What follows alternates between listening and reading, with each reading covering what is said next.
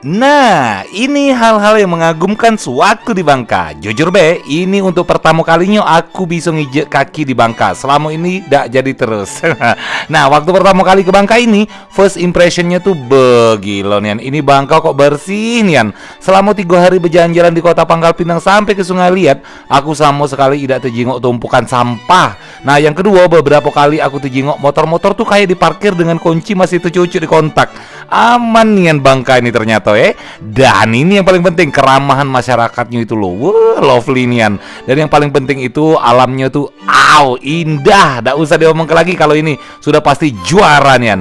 Oh iya, untuk masyarakat Bangka dan sekitarnya, aku cuma nak nunjuk tahu baik kalau wong kita sel buka cabang di sini.